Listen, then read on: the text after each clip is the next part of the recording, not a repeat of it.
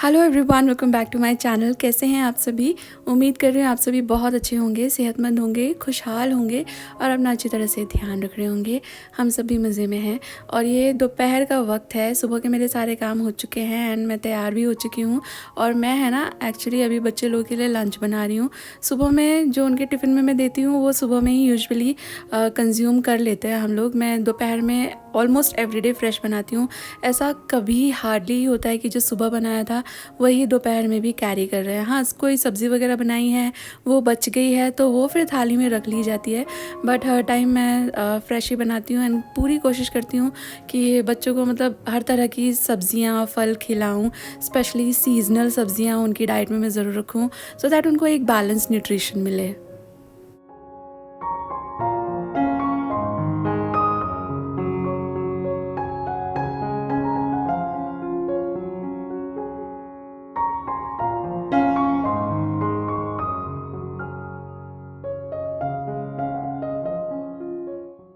बच्चों की हाइट बढ़ाने के लिए हम लोग क्या क्या नहीं करते। अच्छी डाइट लेने की कोशिश करते हैं और बहुत सारी एक्सरसाइज भी करते हैं।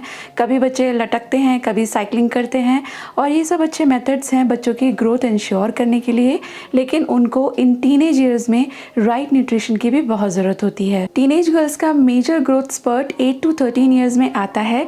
इस टाइम उनकी बॉडी में बहुत से हार्मोनल चेंजेस भी आते हैं, इसलिए उन्हें डाइवर्स न्यूट्रिशन की ज़रूरत होती है। एक बैलेंस डाइट के साथ साथ मैं अपनी टीनेजर को देती हूँ Gritzo Super Milk Height Plus for 13 plus years. Gritzo Super Milk Height Plus has the blend of 24 natural ingredients with specialized nutrients जैसे कि ashwagandha, colostrum, zinc and biotin. Biotin उनके स्किन एंड हेयर हेल्थ का ख्याल रखता है और अश्वगंधा उनकी growth का। अब हार्मोनल चेंजेस की वजह से लड़कियों को प्यूबर्टी में हायर अमाउंट ऑफ आयरन भी चाहिए होता है और ग्रिट्सो सुपर मिल्क का एक ग्लास उनकी आयरन रिक्वायरमेंट को 55% तक फुलफिल करता है और साथ ही इसमें 3 सोर्स प्रोटीन भी है जो उनकी ग्रोथ में हेल्प करता है। और तो और इतनी सारी चीजें अपनी बेटी को देने के लिए मुझे टेंशन लेने की जरूरत नहीं है।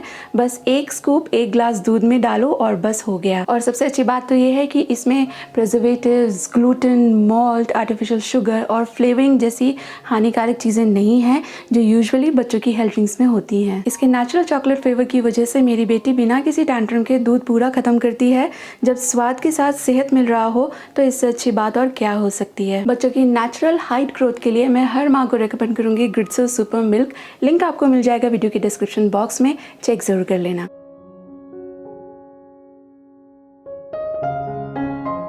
मैंने है ना एक्चुअली चेंज कर लिया है और स्वेटर भी पहन लिया है क्योंकि मैं जा रही हूँ शानू को छोड़ने उसकी ट्यूशन क्लास। और इस वक्त है ना बाहर अच्छी खासी ठंडी हो जाती है और हवा लगती है और ठंडी है ना, ये हवा जो लगती है इसी से ज़्यादा लगती है, मतलब कानों में, माथे पे लगती है ना ठंडी हवा, तो सर्दी लग जाती है। घर के अंदर आप सोचोगे कि फ़ैन भी चला रखा है क्योंकि घर के अंदर काफ़ी वार्म होता है, घर के अंदर ज़रूरत नहीं पड़ती है हम लोग को स्वेटर पहनने की। मैं अभी शानू को छोड़ने जाऊँगी, उसके बाद आके मैं ये स्वेटर निकाल भी दूँगी।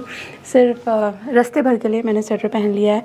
तो अभी टाइम हो गया है शानू को ट्यूशन क्लास ले जाने का, उसके एग्ज़ाम्स भी हैं तो आकर के फिर वो थोड़ा खाएगी पिएगी, थोड़ा सा पढ़ेगी और फिर वो सो जाएगी। और मैं फिर घर आने के बाद उस वक्त तक शर्मा जी के आने का टाइम हो जाता है, मतलब मेरे आने के घंटे 2 घंटे बाद वो आते हैं, डिपेंड्स कि उनका लॉग ऑफ कब हुआ है और शानू का क्लास कब का है। कभी कभी वो जल्दी आ जाते हैं और शानू को लेने जाने में टाइम होता है, कभी कभी वो लेट आते हैं और शानू को फिर वो लेते हुए ही आते हैं, तो ऐसा होता है। तो फिर शाम को थोड़ा उस वक्त भी देखूँगी, मैं चाय नाश्ता बनाऊँगी आकर के एंड देन फिर बनाऊँगी मैं कुछ अच्छा सा डिनर के लिए। और फिर बच्चे लोग थोड़ा पढ़ाई वढ़ाई करके जो भी उनका कल का जो पेपर है उसका रिवीजन करके सो जाएंगे एंड मैं नहीं सोऊंगी। किचन विचन क्लीन करने के बाद वापस मुझे फिर कल सुबह की थोड़ी तैयारी करनी है। अभी तो क्या है, यूनिफॉर्म प्रेस करने का झंझट नहीं है क्योंकि वो जो शर्ट है वो अंदर रहती है तो उसको आयरन करना नहीं पड़ता है, सिर्फ उनका ब्लेज़र ही मुझे अपकीप रखना पड़ता है। तो एज सच यूनिफॉर्म आयरन करने का तो कोई टेंशन नहीं है। उनकी जो पैंट्स हैं वो भी थोड़ा डेनिम स्टाइल की हैं तो उन्हें भी अभी रोज़ आयरन नहीं करना पड़ता, वरना पहले मैं रात को उनकी शर्ट भी आयरन करके सोती थी। अभी वो एक काम कम हो गया है, लेकिन हाँ थोड़ा उनके पीछे लगना पड़ता है, बैग लगा लो ये वो, अगले दिन क्या है, थोड़ा मुझे किचन का उनके डब्बे के हिसाब से भी प्रेप करनी पड़ती है। कितना सुंदर शाम है ये, लुक एट द स्काई। पता नहीं किस चीज़ का शोर आ रहा है पर सनसेट होने वाला है, रेड रेड हो गया है पूरा स्काई।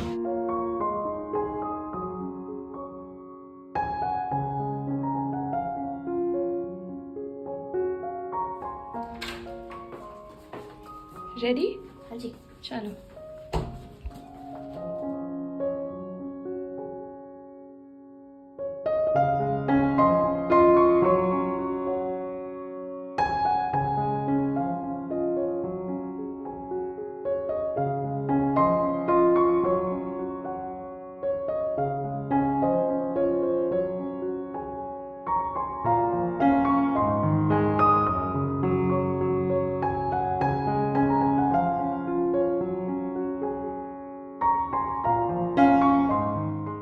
आज मैं आपके साथ शेयर करने वाली हूँ एक बहुत ही अच्छी रेसिपी, और ये सर्दियों के लिए एकदम ही अप्रोप्रिएट है और लगभग हर घर में बनती है, बट थोड़े अलग अलग अपने ही तरीक़ों से। तो मैं कैसे बनाती हूँ वो रेसिपी आपके साथ शेयर करूँगी। तो मैं बनाने वाली हूँ तिल और गुड़ के लड्डू। बहुत हेल्दी होते हैं ये और सर्दियों में ज़रूर खाने चाहिए। तो ये जो तिल हैं आप देख सकते हो ब्रांड कौन सा है, ये मैंने अमेज़ॉन से मंगाए थे और 200 ग्राम्स का ये एक पैकेट है। मैंने 2 पैकेट मंगाए थे। तो मैंने ये जो तिल हैं ये साफ़ ही आते हैं, मैं कई सालों से यही इस्तेमाल कर रही हूँ। तो मैं इसको कढ़ाई के अंदर ऐड कर रही हूँ क्योंकि ये तिल अभी मुझे भूनने हैं। और तिल भूनने के लिए कुछ भी ऑयल, बटर, घी आपको ऐड करने की ज़रूरत नहीं है। इसको सूखा ही भूनें, लेकिन स्लो फ्लेम पे, बिल्कुल भी फ्लेम तेज़ ना करें। स्लो फ्लेम पे थोड़ा इसे चलाते रहें और चट चट की आवाज़ आएगी, तिल में शाइन आ जाएगी और तिल थोड़े पफ्ड अप लगने लगेंगे। इतनी देर भूनिएगा, उसको कलर नहीं देना वरना वो कड़वाहट ले लेते हैं। तो इसलिए स्लो फ्लेम पे कंटिन्यूसली स्टर करते हुए इसको भूनें। तिल भुन चुके हैं तो कढ़ाई के अंदर मैंने ऐड किया है थोड़ा सा गुड़ और ऐड किया है थोड़ा सा घी, और इसकी मुझे एक चाशनी सी बनानी है। इसको बेसिकली मेल्ट ही करना है घी। अगर आप गुड़ को तोड़ करके लेते हो, ग्रेट करके लेते हो, तो आपको पानी मिलाने की ज़रूरत नहीं है। बट मेरे को इसके बाद अभी डिनर भी बनाना है ना, तो मैंने गुड़ ऐसे ही डाल दिया एंड थोड़ी चाशनी बनाने के लिए पानी भी ऐड कर दिया। कैसे आपको चाशनी चेक करनी है वो मैं आपको ज़रूर से बताऊंगी। फिर ये जो तिल हैं ये ठंडे हो जाने के बाद इनको मैं ऐसे कोर्सली ग्राइंड कर लूँगी। तिल गुड़ के जो लड्डू होते हैं उसमें बहुत लोग तिल को ग्राइंड भी नहीं करते हैं। मैं थोड़ा सा क्रश कर लेती हूँ, तो ये कम्प्लीटली आपकी चॉइस है। क्रश कर रहे हैं तो पाउडर ना बनाएं, इसको थोड़ा कोर्स ही रखें। कुछ एक तिल आखा हो, कुछ एक कचूमर हो जाए। और इसके अंदर आप चाहे तो भुने हुए पीनट्स भी मिला सकते हो, चाहे तो थोड़ा सा भुना हुआ ग्रेट किया हुआ जो सूखा नारियल होता है ना, कोपरा कहते हैं, वो भी मिला सकते हो। चाशनी मेरी रेडी हो गई थी, गैस मैंने बंद कर दिया है। मैं सिर्फ आपको दिखा रही हूँ कि कैसी चाशनी हो जाने के बाद आप गैस बंद कर सकते हो। एक कटोरी में टैप वाटर ले लिया है मैंने, चाशनी पोर करी है और इसको इकट्ठा करने की कोशिश करें। थोड़ा थोड़ा चिपक रहा है ये, तो थोड़ा इसको हाथ में लेकर के फील करें। इसकी एक बॉल बननी चाहिए बट वेरी सॉफ्ट। जैसा भी आप हल्का हल्का हाथ लगाएं वैसा ये शेप ले, और आपके हाथों में बॉल बनाने के बाद आप जब इसे घुमाते हो ना तब बिल्कुल ना चिपके। तो ये बिल्कुल रेडी है चाशनी आपकी। जैसा आप देख रहे हो स्क्रीन पे, ये मेरी उंगलियों पे बिल्कुल नहीं चिपक रही है। तो चाशनी मेरी रेडी है। गैस बंद ही है, आप देखो नॉब बंद ही है। और इसके अंदर अभी जो हमने तैयार करके रखे हैं तिल, वो मैं ऐड कर दूँगी।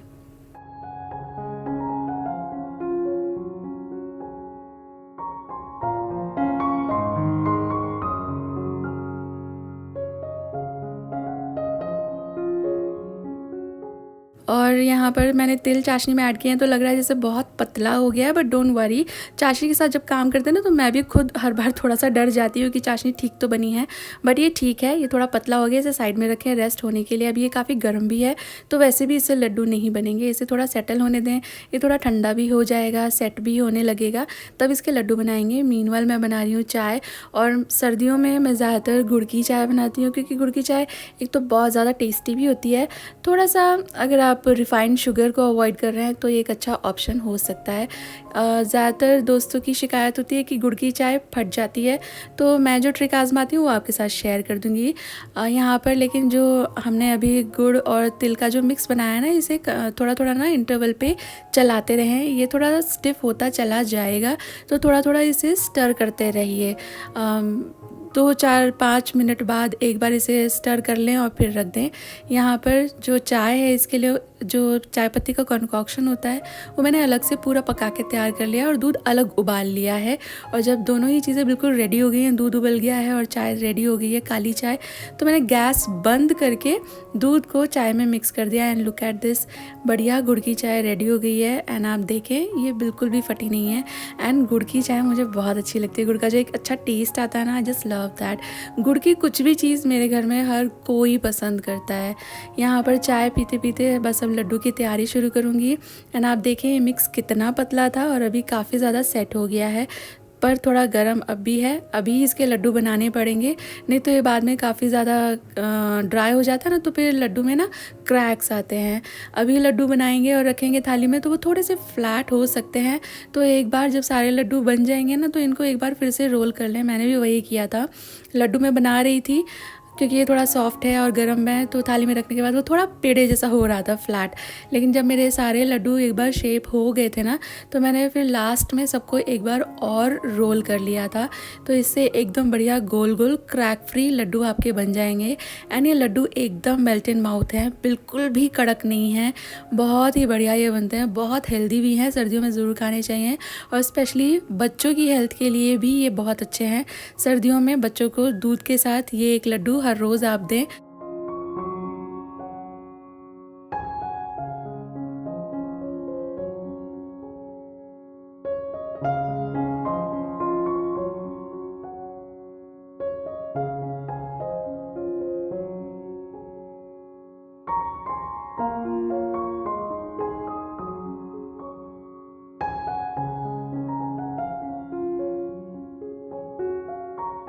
मैं लगे हाथ डिनर भी बना रही हूँ और मेरे पास ये एक बैंगन रखा हुआ था जो मैं सोच रही थी इसका भरता करेंगे, बट ये मैंने एक्चुअली सब्ज़ी वाले भैया से सब्जियाँ मंगाई थी तो उन्होंने ला के दिया था। और मुझे ना काफ़ी दिन हो गए थे, तो आई थॉट कि चलो इसका भरता नहीं करूँ, एक डिफरेंट रेसिपी आपके साथ शेयर करूँगी। और ये बहुत क्विक है बट बहुत टेस्टी भी है। तो बैंगन की चटनी बना रही हूँ मैं। तो कुकर में थोड़ा मैंने घी डाला है, कुकर में घी पिघल गया, इतनी देर मैंने इसे वार्म किया। इसके बाद अभी गैस बंद ही है। इसके अंदर ये 4-5 टमाटर, थोड़े छोटे हों तो 5 ले लें, आप देख लीजिए कितना बैंगन है उसके सामने कितने टमाटर आपको अच्छे लगेंगे। तो 4-5 छोटे टमाटर ले लिए हैं मैंने। 6-7 हरी मिर्ची ले ली है, ज़्यादा तीखी हैं तो 3-4 लें, या कितना आपको स्पाइसी पसंद आएगा उतनी मिर्ची लें। 1-2 आलू डाल दिए मैंने, छोटे छोटे थे, मीडियम साइज़ का हो तो एक ही आलू डालें। उसके बाद फिर बैंगन, कोई भी वैरायटी का बैंगन आप काट करके ऐड कर दें, क्योंकि जो बैंगन मैंने यूज़ किया है ना, इसका छिलका बहुत ज़्यादा काला होता है, तो मैंने थोड़ा थोड़ा इसको कहीं कहीं से छील लिया है। अगर आप वो जो पर्पल बैंगन है उसका इस्तेमाल करें तो छिलका हटाने की ज़रूरत भी नहीं है। और अगर आपकी विश है तो आप हटा लें, नहीं विश है तो ना हटाएं। ऐड किया है मैंने थोड़ा सा हल्दी, थोड़ा सा नमक एंड ज़रा सा पानी इसके अंदर मैं ऐड करूँगी, बस 1 बड़ा चम्मच। और ये सारी चीज़ें अच्छी तरह मिक्स कर लें और इसको 3 से 4 सीटियाँ लगा लीजिए। अल्टरनेटिवली आप कढ़ाई में ये सारी ही चीज़ें भून सकते हैं, जैसे प्याज टमाटर की चटनी के लिए प्याज टमाटर को भूनते हैं, उस तरह आप भून सकते हैं। उसमें थोड़ा टाइम ज़्यादा लगेगा, थोड़ा अगर आप ऑयल कॉन्शियस हैं तो फिर आप देख लीजिए आपको इन्हें प्रेशर कुक करना है या फ्राई करना है। टेस्ट में डेफिनेटली फ़र्क तो आएगा। एक पैन में मैंने बिल्कुल थोड़ा ऑयल लिया है, ऐड किया है थोड़ा सा चना दाल, थोड़ा सा उड़द दाल, इनको अच्छा गुलाबी हो जाने के बाद ऐड किया है मैंने इसमें गार्लिक, इनको भी थोड़ा सा भून लेंगे और दाल को बहुत अच्छा भून लीजिएगा, बहुत अच्छा कलर दे दीजिएगा। ऐड किया है थोड़ा सा जिंजर भी मैंने यहाँ पे। इसके बाद ये 2 प्याज हैं, ये काट करके ऐड कर दिए हैं और अभी इन सभी चीज़ों को भूनेंगे तब तक जब तक कि जो ये प्याज है ये अच्छा कलर ले ले। बहुत इसको डार्क कलर नहीं करना है, बट थोड़ा गुलाबी हो जाए इतना इसको भूनना है। और मैंने इसमें ऐड कर दिया था ये जो धनिया होता है ना, इसके स्टेम्स और थोड़ी सी इमली भी। पत्ते कम है, स्टेम्स ज़्यादा है, इससे अच्छा टेस्ट आता है। और यहाँ पर कुकर का प्रेशर चला गया था तो ढक्कन मैंने खोल लिया और इसके अंदर जो ये लिक्विड है ना, ये थोड़ा सा मैं सेव कर लूँगी। और बाकी जो ये मामला है, अंदर कुक्ड वेजिटेबल्स जो हैं इनको थोड़ा सा मैश कर लेना है। आपको बिल्कुल फ़ाइन मैश चाहिए तो फ़ाइन मैश कर लें, बट थोड़ा सा अगर टेक्सचर रहने देंगे तो ज़्यादा अच्छा लगेगा।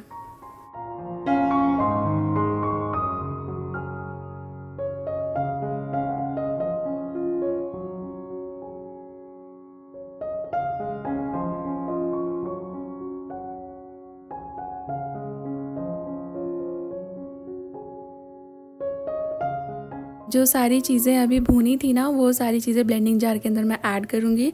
और अभी इसको पीसने के लिए चाहिए होगा लिक्विड, तो जो लिक्विड अभी सेव किया था वो मैंने यहाँ पर ऐड कर दिया है। एंड अभी आप इसको पीस लीजिए। अब ये भी आपको बिल्कुल फ़ाइन चटनी बनाना है, कोर्स रखना है, ये भी कम्प्लीटली आपकी चॉइस है। और ये जो आपने पीसा है इसको मिला दीजिए बैंगन का, जो ये आपने बेस तैयार किया है, चटनी का बेस, और सारी चीज़ें अच्छी तरह से मिला लीजिए। एंड ये हो गया है रेडी। बस इसमें थोड़ा नमक आप चेक कर लेना और लास्ट में लगाएंगे एक तड़का। और ये इडली के साथ बहुत ही अच्छा लगता है, मैंने भी इसके साथ इडलियाँ ही पेयर की हैं। फाइनली मैं इसके अंदर ऐड कर रही हूँ काफ़ी सारा कटा हुआ हरा धनिया, इससे लुक भी अच्छा आ जाएगा, वो फ्रेश एलिमेंट भी आ जाएगा एंड टेस्ट तो थोड़ा इन्हांस हो ही जाता है। और सिंपल तड़का लगाया है मैंने ऑयल के अंदर, थोड़ा सा हींग, राई और करी पत्ता।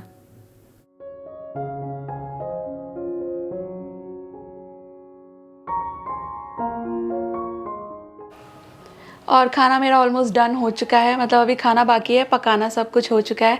एंड मैं आई थी यहाँ पे, शर्मा जी गए हुए हैं बाहर, नीचे कुछ सोसाइटी का मीटिंग टाइप्स है तो उनको बुलाया था कॉल करके, तो वो गए हैं नीचे, वो थोड़ी देर में आएंगे। आई थॉट कि थोड़ी देर बच्चों के पास आके बैठती हूँ। इन लोग के एग्ज़ाम चल रहे हैं दोनों के ही, शानू के प्री बोर्ड्स हैं एंड खुशी के थर्ड टर्म टेस्ट, हाँ थर्ड टर्म टेस्ट हैं उसके, तो वो दोनों उसकी तैयारी कर रहे थे। आई थॉट कि थोड़ा हेल्प अगर चाहिए तो। बाय द वे मैं आपको एक बड़ी इंटरेस्टिंग चीज़ बताती हूँ। जब शानू एकदम छोटी थी ना, तो मैंने कहीं पर एक स्टोरी पढ़ी थी और वो मुझे बहुत अच्छी तरह से तब भी याद नहीं थी, अब भी याद नहीं है, तो मैंने अपना ही एक वर्जन उसको सुनाया था कि क्या स्टोरी थी शानू, वो चावल वाली, जिसमें आपने मुझे बताया था कि मैंने चावल छोटे कर दिए। हाँ, तो मैंने शानू को एक स्टोरी सुनाई थी कि मतलब पुराने ज़माने की बात है, बहुत एंशियंट टाइम की बात है। तब मैं इन्हें बहुत सारी स्टोरी बुक्स रीड भी करती थी एंड स्टोरीज़ एज सच भी सुनाती भी थी।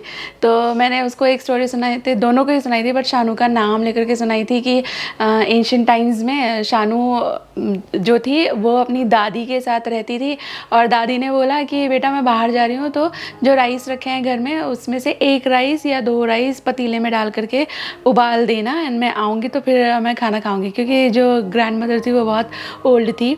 देन वो चली गई शहर, क्योंकि तब तो बहुत ज़्यादा मोड्स ऑफ कम्यूट नहीं थे, कैसे वॉक एंड ऑल करके ही जाते थे, तो दादी को वापस आने में इवनिंग हो गई।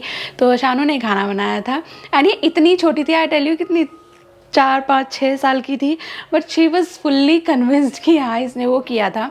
तो मैंने बोला कि तुमने दादी के इंस्ट्रक्शंस अच्छी तरह से नहीं सुने, और तुमने है ना 1-2 चावल नहीं, बहुत सारे चावल पतीले के अंदर डाल करके उसको लॉक कर दिया, और फिर जो चावल हैं उसको फूलने के लिए टाइम नहीं मिला।